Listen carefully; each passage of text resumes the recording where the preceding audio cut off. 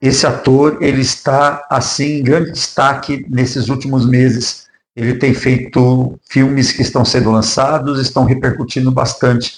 Estou falando de Tom Holland, esse ator que ainda vai dar muito o que falar, porque o menino é talentoso. Vamos dar uma olhadinha no mapa dele?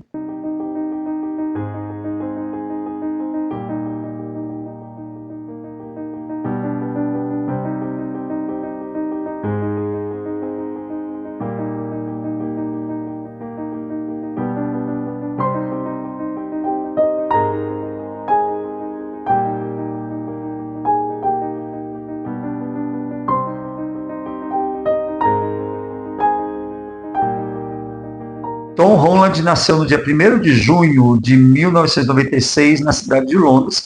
Nós não sabemos o horário, logo nós não vamos poder, nem temos como fazer uma análise um pouco mais aprofundada, porque não vamos conseguir falar qual é o ascendente dele. Porém, nós sabemos que ele tem Sol em Gêmeos, Lua em Sagitário. Então, esse garoto nasceu, Tom Holland nasceu em dia de lua cheia. E normalmente pessoas que nascem em dias de lua cheia são pessoas que têm um confronto do seu mundo racional com o seu mundo emocional. Então a razão e a emoção ficam aqui meio que uma contrastando a outra na vivência dessas pessoas. De um modo geral, esses conflitos entre a razão e a emoção são bastante frequentes em todos nós, independente da lua em que você nasce. Porém, na lua cheia, isso fica mais intenso, ele fica mais presente. Então, é uma pessoa que tenta dosar. E esse conflito entre o racional e o emocional de Tom Holland acontece no eixo Gêmeos-Sagitário. Nós estamos falando dos opostos, opostos mutáveis, opostos que dizem muito sobre comunicação.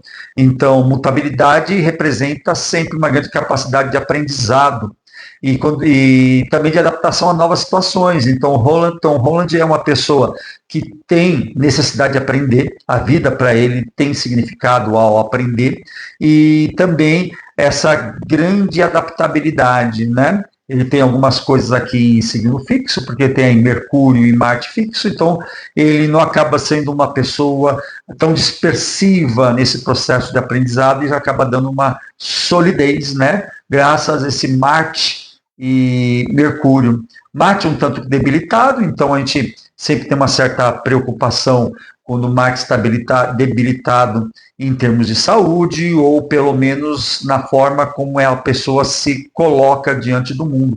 Então, quando a gente fala de Vênus em touro, Mercúrio em touro, nós estamos falando de uma mente, de um raciocínio, de uma verbalização, por vezes um tanto quanto travada, e esse Marte conjunto, então, ao mesmo tempo que ele tem uma certa dificuldade de dar uma resposta com prontidão, ele tem uma certa dificuldade de mudar de opinião quando ele está numa contenda.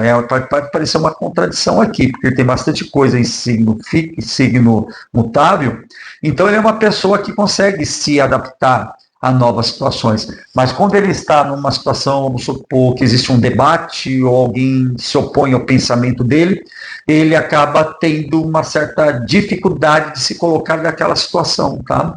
E a oposição que ele tem no eixo entre Sol e Lua, Gêmeos, Sagitário, vai trazer dilemas assim, né? O seu mundo emocional voltado muito mais para outras culturas, para as coisas do exterior, ao exótico. Isso ele é, vamos dizer assim, instintivamente impulsionado a esse tipo de situação, mas a nível racional, ele é muito apegado às suas origens, a uma forma de comunicação de onde ele veio, né? Da sua origem mesmo, né? Porque é disso que trata. A gente percebe um alto grau de racionalidade no mapa de Tom Holland. Então eu vejo ele, um artista, não um artista que é fruto do talento intuitivo. Ele é um artista que vem da racionalidade, do estudo do texto, de como ele percebe, como pode ser colocado aquele personagem numa determinada situação. Então ele é muito de pontuar as suas atuações pelo campo da racionalidade e não pelo campo da emotividade. e também o mapa dele dá indicativos de que ele é um ator muito disciplinado, é um ator que, vamos dizer assim, ele é fiel àquilo que é proposto pelo diretor, pelo roteirista, é uma pessoa que leva muito a sério o seu trabalho, os estudos dentro do seu trabalho, né?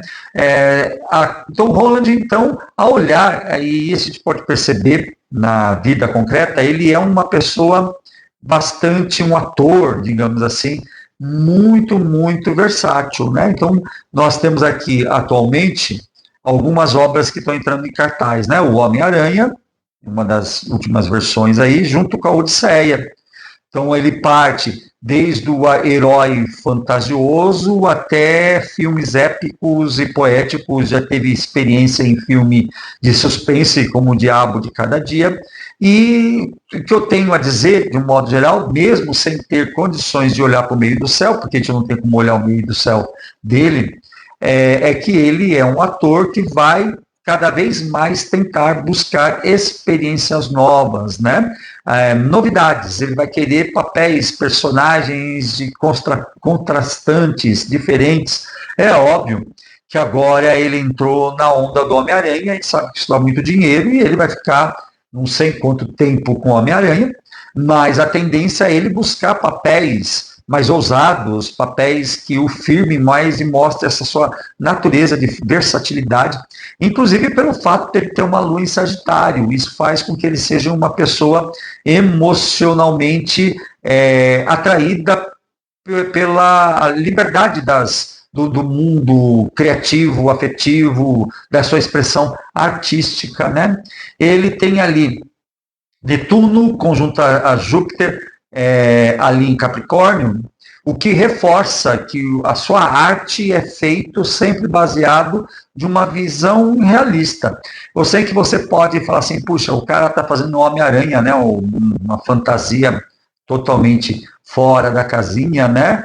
Apesar que eu sou muito fã do Homem-Aranha, mas o que eu quero dizer é que ele constrói um Homem-Aranha sempre dentro daquilo que ele concebe como sendo racional. Ele não vai se deixando levar simplesmente pela parte, vamos dizer assim, fantasiosa.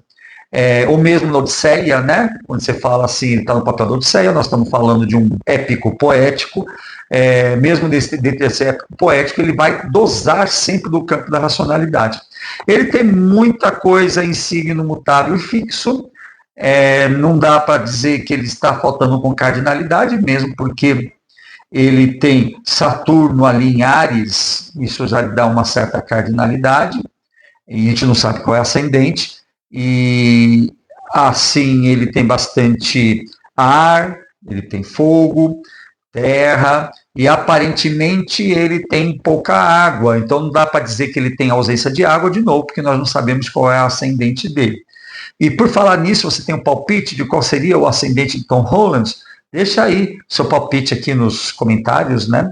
Se uma hora a gente souber o horário de nascimento dele, a gente refaz o mapa e faz essa análise tentando trazer as casas e aonde recai melhor essas influências. Então, em última palavra, eu defino o Tom Holland como uma pessoa extremamente mutável, uma pessoa adaptável, que preza muito pelo conhecimento, uma pessoa que sempre traz uma carga de responsabilidade e uma necessidade de focar praticamente a realidade, né? Trazer o prático, o real dentro da sua arte. Né? Espero que você tenha gostado dessa análise. Gostou? Deixe seu like e inscreva-se no nosso canal. Fui!